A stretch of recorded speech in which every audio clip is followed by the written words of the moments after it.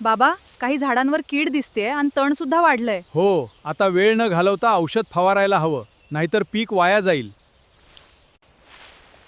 शेठ, हे कीड घालवण्यासाठी चांगलं औषध द्या.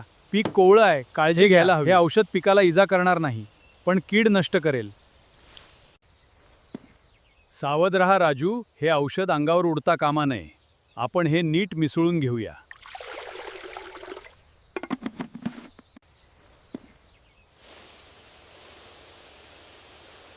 पिकाच्या मुळांशी नीट फवारणी करूया, म्हणजे कीड पूर्ण नष्ट होईल.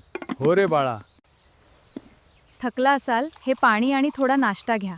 पीक वाचवणं हे सुद्धा पेरण्या इतकंच महत्वाचं काम आहे. हो ग आई, बरोबर बोलत आहे. अरे पण आधी नसता करून घे.